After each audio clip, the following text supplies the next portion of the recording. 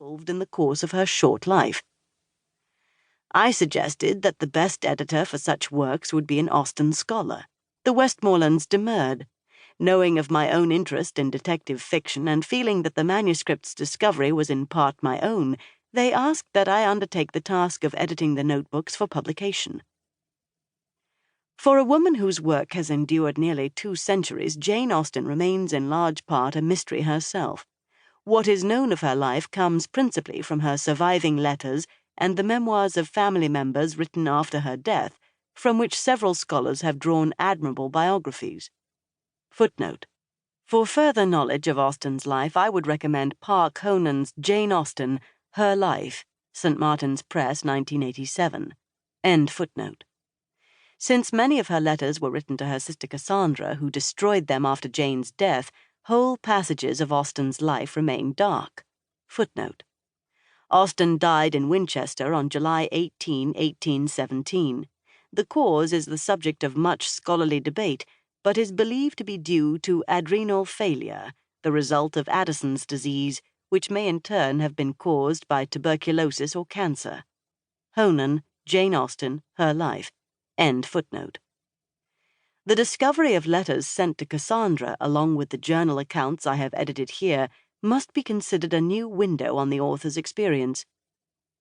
Jane Austen was born on December 16, 1775, half a year after the outbreak of hostilities in the British colonies of America and at the height of the reign of His Majesty George III. The daughter of an Oxford-educated clergyman of modest means, she grew up surrounded by her 6 brothers and 1 sister in the small parsonage at Steventon in Hampshire. Through the course of her 42 years, France would be convulsed by revolution, Napoleon would rise to power, George III would go slowly mad, and his rule give way to the regency of his son George IV. It was a turbulent time in British history, in which the Tory, Conservative and Royalist Austens would play no small part.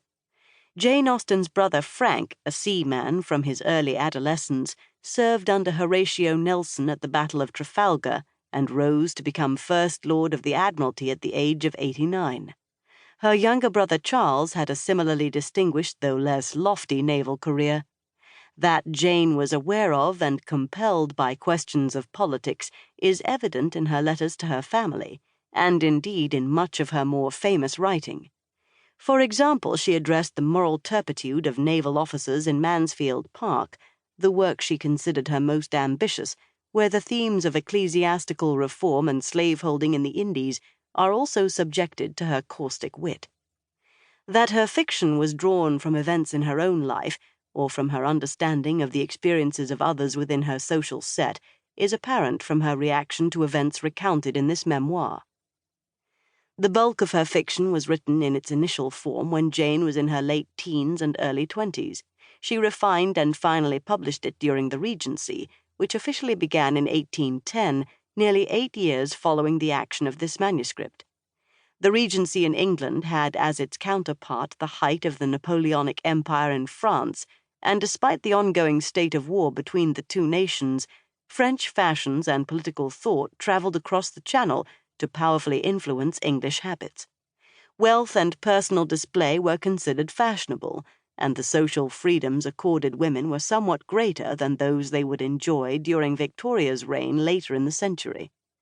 Dress was less modest, contact between the sexes less constrained, and the notion of a lady writing novels, or engaging in detection, was permissible according to the mores of Austen's time.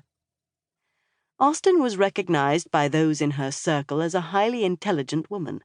That she often felt frustrated by the limited experience and opportunity accorded women is evident in this manuscript and elsewhere. Her father had attempted to ignore her sex in one important aspect when he sent Cassandra and Jane, then 7, to Oxford for private instruction. But Austen professed herself to be only half-educated because she was denied the knowledge of Greek and Latin offered her brothers.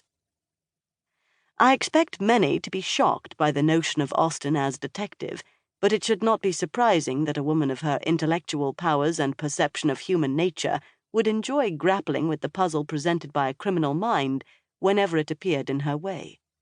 Her genius for understanding the motives of others, her eye for detail.